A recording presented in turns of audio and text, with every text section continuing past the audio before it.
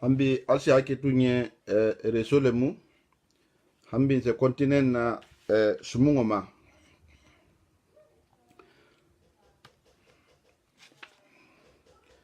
hambi se kontinen na sumungo ma alla kila alayhi salatu wassalam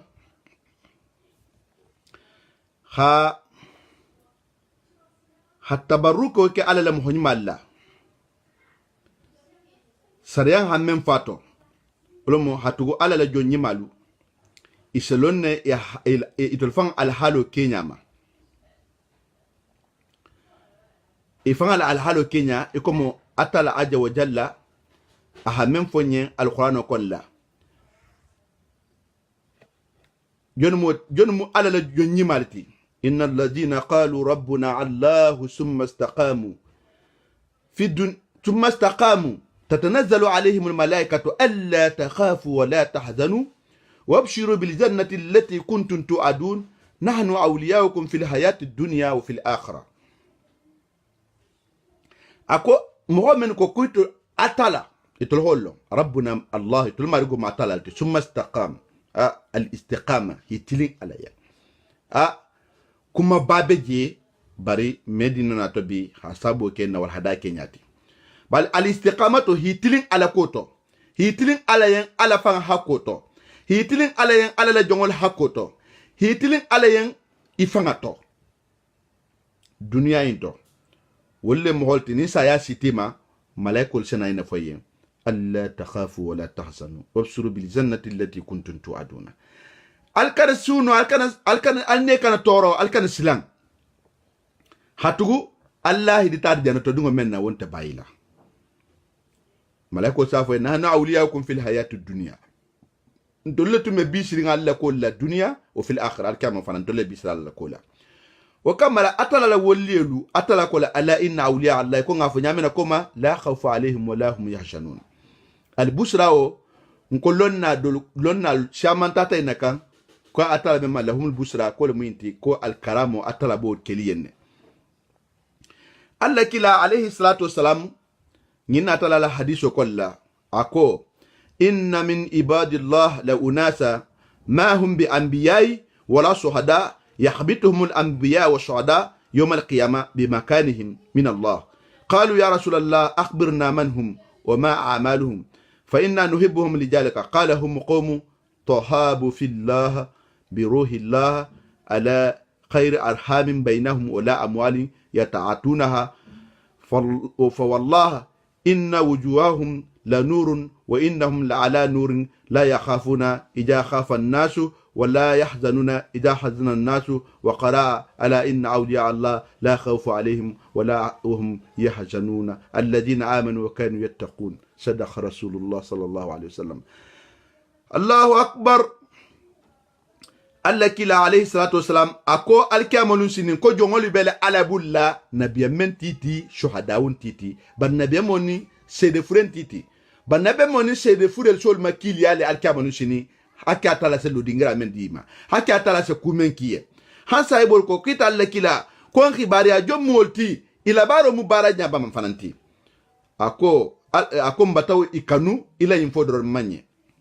Allah kila ko ako moholle molti men hanyon kanu ala koto masha Allah jonu molti men hanyon kanu ala koto imandu irumanke na hakili malti na hakili ala la saha fofana bajo dansoko minte tamanate jangha kebe jahabi Allahu akbar jahabi Dabo, Sawane, Darame, Silla, Grasi, Dumbia, Sise. Na hakilingalu. Halaga samoluka. Bajolu. Nyunu be ibulo du nyohombulu saho kaba hata sate sigi be habula mo kilinko. Na hakilingalu ningo ko ngata mambe ante mentare. Metala nyadi. Fo do hatu nyato, do hatu tema, do hatu koma. Membe koma wonte ente hafoko do menbe nyato ko la sha otile no etc. Tamo Kenya almoti bari tubakar mo ba rahimahullahu ta'ala ahajahama den ala londo la ahaja hamaden ala gerol la ahaja hamaden anganne nyima la ahaja hamaden herol la jango fembe kakande ibella silo bota tubale tuba kano bala jahanga maden ngale molti jahala salamu swale ta kola nyimmo ba fulo nyinu hala nyin la jama nyinu kan na hakilingal mu'amelo ko ka hadiela masha Allah imanke da hakilinti imanke fa hakilinti aha alla kila ko mo holu alkamonu sini ko ne be monim c'est de fulo se kilia o mo hol male ako mo hol be noro le kalkamonu sini imesilan tumamena mo hotol be silanin imesunu tumamena mo hotol be sunuri nin kon ko jahala salamu swale la jama kunto la alkamonu sini non ta tubakar mo bala jama kunto la alkamonu sini wala nyota ata jahala salamu swale ma hana bla tubakar mo bala jahala salamu swale la jama mo beti bar hataw mana bla jan biti loyna karamo bala jamale molti wonte kuma fuiti wobo nyale atugo nyilela ha muhammadin ke inlela ha muhammadin ke wonte enta afo ko do lunte mohbati ou bien wolintiti ninga na janga tarha kela la saha men ha karamba yango men ha tarha safe jaha mohbante je imam men nam honyma ya nyasfa wo fente je idasi tabe man te baba ma doloti ale bal fo de ma doloti hatablo do kutalla wol ma fode ko jaha alfa folol tum man karanne de wala hake ituta karmo bako wol mo fode wol ko le ki karantale bari nya kamala ani hadino men fahamu ko munje kuma famento momen iblo du nyombula ala koto momen ala kanu ala kokan kunto lal kamun shini atala al kilal bangil sallallahu alaihi wasallam mbejele na hakilingalu ala la jonni malle joti mohola kan ya khaso menu ma mohola haka ya menu kanu mohola haka ya tu menu ko alla kila alayhi salatu wassalam ahanyin banje nyenne ko atala la hadali hadisul qudsi kolla atala ko dije akoman adali waliyan faqad azantuhu bil harbi وما تقرب إلي عبدي بشيء أحب إلي مما افترضت عليه وما يزال عبدي يتقرب إلي بالنوافل حتى أحبه فإذا أحببته كنت سمعه الذي يسمع به وبصره الذي يبصر به ويده الذي يبطش بها ورجله التي تمشي بها ويده التي يبطش بها ورجله التي يمشي بها ولئن سألني لأعطينه ولئن استعاذني لأؤذنه وما ترددت عن شيء أنا فاعله ترددي عن نفس عبد المؤمن يكره الموت وأنا أكره إشاءته أتلا أجا وجل حديث القدسي كلا با نسيين فجام ومن سيفا ترمبيننا هافكاتا لكو كلا صلى الله عليه وسلم كا عبد ربك حتى ياتيك اليقين كو أكو كلا نكالا بتوهندان قنيا هنما itul hafasar wonyale ko dankania batana itul mamba hibang ala la farulo dila ya khasalaya ala koto halaifa nabutu yifanke monyimati walimu fanya manena al makhrurun fanya manena al multi atala be mam yakal yaqina be sayalema hatta yati yakal yaqin mokani bulo fay nyon ka ya ala la farulo la boyi iban taala mishiroto iban ala la farulo la jokila hatu pa ko ita bata dankania masha Allah atala ko akoni mengata la wolli jahuya momen lo tatala wolle kontro yaha iballu ala la joni maye atala ko di faqad ajantu bi harbi akum mataw mo déclarer mataw mo le long kelo la fo ani wolle te nyona butugo ani telebe nyonna walakin tendi mafo mo kutadin tendi na mo nyima la dafu ko ntamalala munna ninkele ba momen nakele ba ho keta alati na hakili ni bulato le jajeli na la sani wonte kata atala kalata kama mohamed na kele ba ho keta alati kala la mitala kele kelati na kilingalu ni bula taw mo xola ija jele sai yo abetenne atala ko faqad adantuhu bil harbi akum bataw mo xola long kele nkele nyo ya la fo kaninte ala le nyo na butugo mohamed ni ala keleta wala se wosala banku nyima suto mohamed ni ala keleta ya la usar janna suto mohamed ni ala keleta obulo ilari mumma atala ko ahadisul qudsi ko hambi ako atala jonni mal se jonni ma so to nyadi abole majam akala jongo se tule ma taqarraba ilayya abdi bi shay'in ahabba ilayya mimma aftartu alayhi ako jongo me afal chuti atala la fen na la menga si afarloti sani ha sadaka bo ba ke folo ise jakko le folo di sani ya nafilo sale ise farla sallulo le folo di sani ata umura la ise hijo le folo ke no le na afero ke nya kamala farlo le folo se di ala la farlo iso le folo di sani ata tata u hijo la ise hiji farlo le folo ke na hakili ngalu ko be asla farlo le kam barsina ni a farlo no ke ikomo farlo bela wulla ku memma ko karamo kutubo ha bangi nyamna la kitabu doto radiyallahu ta'ala anhu hanafilo do sali sani ha farlo di hanafilo do sali farlo di kola nafil folo ni wose silo le boynya hiso ne ma tenkun ijena la farlo men di la alama nafil mesala farlo kola wose munke ni men to tinyati buli la farlo kola wose na wole la betere yen hajela batiyen hasogo la batiyen hila farlo la kamaliye atala nata wol joki ala ako o ma yazalu abdi yataqarrabu ilayya bin nawafil hatta uhibbu akonna jongo setule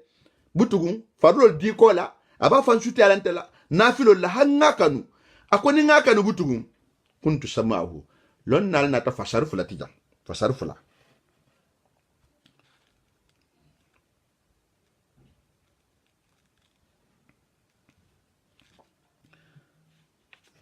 lon nal nata fasarfu la tijan mba fasarfu le bere fola lon na dola fasari kuntu samahu kuntel se katuluti allaji atel mu yasmau bi amero ke menna wal hayin ke karamatul ti wollele hafo wolle na hamerike atala sa merindala wa basaru anala akulman nyati allaji atel mu yabsur bi ase jero ke menna wala mu atala se ka nyati naseno kujangal jela asukulu je mo hotol nyante menna ويده أنابلو التي أتلم يبتسي بها متروك منا ولم نهبلو بها منا أسنو كلا فنكتتي أتلا لجاتو ورجل وناسنتي التي أتلم يمسي بها تاما منا ولم أسنو تاما لجيكا أسنو تالا مسافة دو تاما لترياتو ساجينكو لنا دولا فصل منا ولكو كنت سموا انتل سيكاتلو الذي أتلم يسمو به أميرو كمنا ولم أمفوي من منت على كوتش أتلو يكوتي كو بيمالي فو على كو asolo dorme wo basar wa na nyati allaji atalamu yabsur bi ajiro kemena wala ma mefu je menta ala koloti amefu je fa ala wa yada wa allati yabtutu bi anta ka buloti wala ma amefe fu muta fa ala hamena dagaye wa rijlahu allati yamsi biha anta ka singa faranta ta ma mena wala ma meta dingrala to fa ala dingra mena dagaye walaysa alani akomo hanta tarafu la lo utiana unsa dama ima jala la jonyi malu hala tarafu la sakiye wala istaaja na tanga nyinin kenyen kudo mala uija na unta tangama atala ko kata nene mi turuturu yukola kudo tabe menkela ikala turuturu nyo honna ikola njongon nema menketa muminoti mai ko mumino me saya bata shama saya lohon tala bisilani sayanya atala dum faranta toro atafe ha toro katala akono ka faransi turuturu yukola nonne sana hawo ne ta segale betege na hakilin ba almunkela mumini nyima wolti alamun kala mumini nyima wolti ngalon hafo ko ala la jo nyimalu atala se firasato di male firasato munti iko mukila la hadiso ko men nata sallallahu alaihi wasallam ko ittaqu firasatal mu'minu akala alfana tanga mu'mino la sobintoma fa innahu ako mu'mino yanzur wasala felloke bi nurullah ta'ala nurullah mu'min be atala mo nyima la karamatul la boyla ko to nyante na hakili bulon to kuma hatu lonna balu hayna sabatle hanna janga kunda lonna balu kan sankungolu kan walolu kan kanjura ke balu atabla wol nyondolla ala surba ke balu kan so ya dali kubialu kan sifode ba nyan dankilu na lonna balu janga kunda karan sambula minilu karala yshwarelu wal hayul la sabatle wol sontanyul male nat kwantula wol lefananko wa kamala mumino la sobinto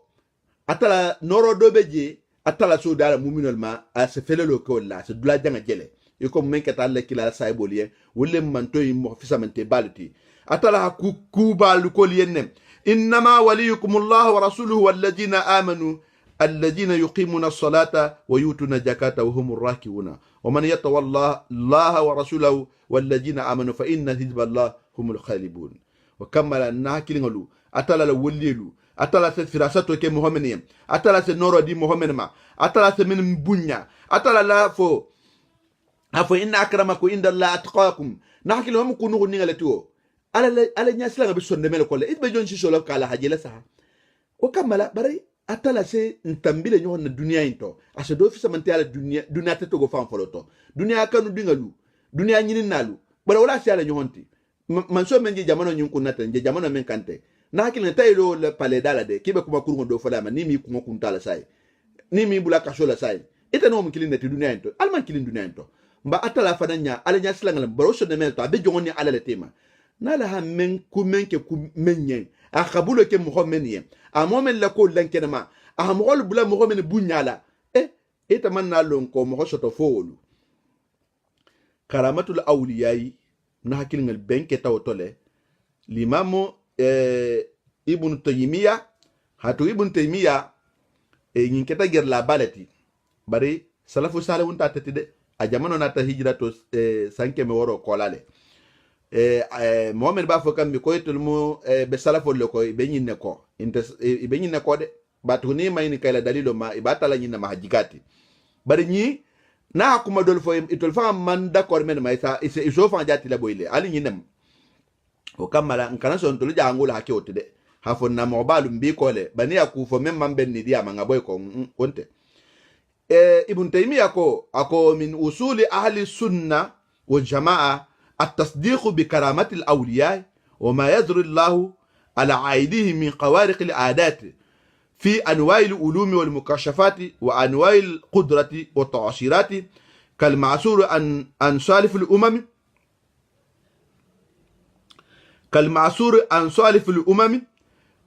من في سورة الكهف وخيرها وعن صدر هذه الأمة من الصحابة والتابعين وسائر قرون الأمة وهي موجود فيها إلى يوم القيامة. ابن تيمية كودي أكو ناجي ناتا ابن تيمية لكم وتيجان هاتوغو مخدول سنة كرامتكو لغوشي إبلاري إنلل لبتغي نينودون جاتي شونتالي الكرامتكو إما هاتوغو أكو كو إمو أهل سنو لسيلو لتي بتامكا منكان أني جماعة ولمو moha kan tar la jama men kon la memu kila la sunno jamaati hato nyandi aroke wolle la karamato la anim fe men ta boy bulli kana men se bori bulol ko leke comme se kumen nyaas fa wolle la karamato to bani be men nyaas fa la a ke to nyaarati men keta e ha benje e ha me to nyaafo la fananna kafirin danda farasa kolto mohotol men keno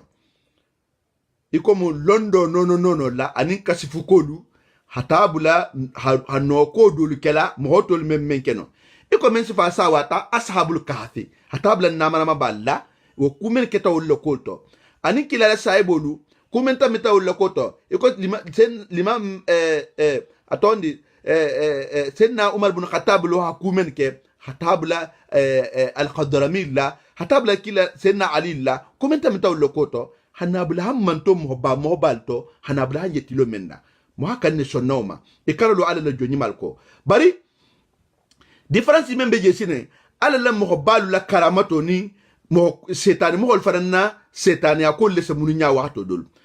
o kamala ni bo nya bola fiya mo fan al halu kenya lsa mo membe kila la sunnoka mo membe ala koka mo membe tonyaka mo membe limania be sahari mo membe barla kula al hayaman menna abi soborun kula al ha sobondi menna wolu nin ku fatanta wala memu danda farasa koti o mo karamato lati ba mo men setani akolla abe bidan alla abe fani afala mo goliye abe haramu do mola abe tinyaro nono bela nin danda farasa ko fatanta wala lon ko istidrajul moto manke karamatuti hatugo قوارق العادات كسبينمو المعجزة والكرامة والاستدراج وكمل بارنلو كرمو كتبه رحمه الله تعالى على بانجي هفكو habul ala la wolilla kala banku jahu ya sababu lemu asol la si muhoma kuna gua ana wolli ya fani ala fanna wolli ya fa muhammad wolli ya makili famma atala sa wolli ya di muhoma atala si ke wolleti hasabo ke ita fanga baranyati daji go men fota bese kelo no wolleti atuka atala ajja wa jalla aman limit la ja wolli jamana kasa en wolli be dan naw mo golla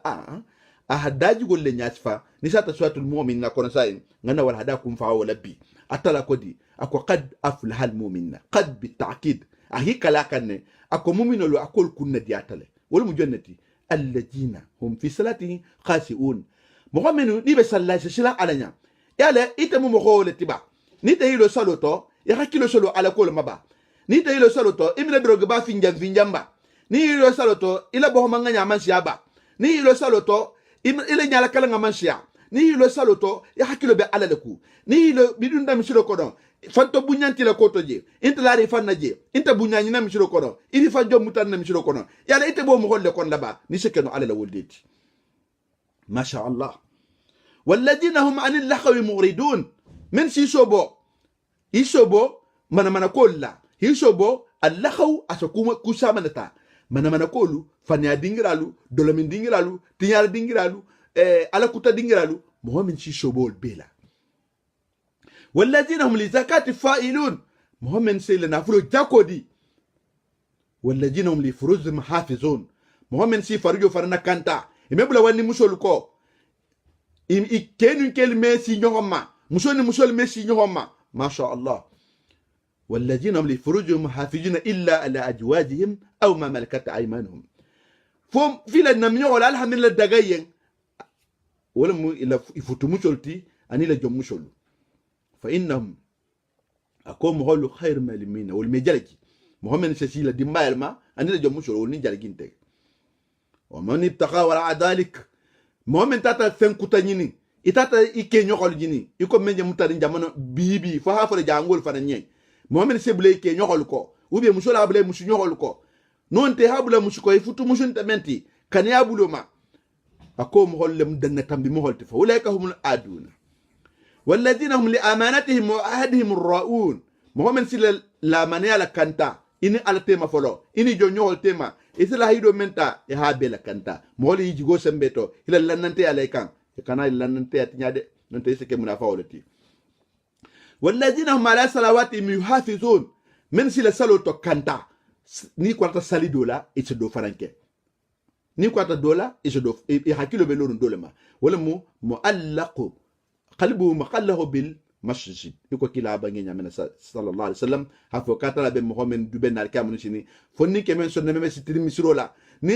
na bota misro to a hakilo be leri ko abato kantakan alande taala misro fananto basal leri atumbala buko na abato kantakan nindo na hado sali na okurata a hakilo be do wa abdo fananto kantakan alko no hato shita o fansala wa hato to Allahu akbar masha Allah mu'min salo la kantakan haka wa hato to haka nyama haforlo le timma harukon le timma nzo ja bari nga shamanjele ni ru konta imila wuluru konto Allahu akbar mislani woliyen ya tafa akamun shini ila kafala ka salon te saferinge hatuma inte salo ke kanyama masha Allah idum fatale be sere ala mako ka sa ta misroto be sere ala mako ka sa salle ya ta ila kafala ka salo si enteje hasabo ke fanga salinyati idum sa kele no koloko ni me salo no ni me ru kon la tilino iko bi diminna imme salo loke ilo no hasali imila wulno ru kon to ki siga asali ita hiba isigla asali hatla sallabu tugo ime so la wulno ru kon to ila tilin masha Allah na hakina tanole molti atala ko ulaika ako mohol hum wal fanfa alwarithuna alladhina yarsuna firdausa hum fiha khalidun wala muketa la min bi arjanna kila wala tamu arjannati min bi sabat laje hadunge kona allahumma aj'alna min warsati jannati an-na'im ba tala tala min kala janna dingalti na hakili ngalu me bi wala hada na janne almu ndana alhalu min madan mo hosa ala sotamento folo almu baro soni alanye almu kala dun keti اللهم يسرنا لليسرى ولا تيسرنا للأسرى اللهم هوني علينا طاعتك وعبادتك وفعل ما يرضيك إنك على كل شيء قدير من سين ينسي معلومة شوني على نين ننتول ما شتونو من هاشتو المول كانو شوني على نين المون كلام هني مال كانولاتي المون بلا مهني مال جماعة كونلا المون نم مهني مال تولا المون نم مهني مال كفلا المون تلا مهني مال جماعة كونا أحب الصالحين ولست منه وأكره من تجارته المعاصي وصلى الله تعالى على حبيبنا محمد بن عبد الله وعلى آله وصحبه وأزواجه وذريته وأمته ومن سار على نهجه واستنى بسنته إلى يوم الدين. ما شاء الله بارين له حال بكونتون ببول حدادا نجا النبي مبافر عليك. السلام عليكم ورحمة الله تعالى وبركاته.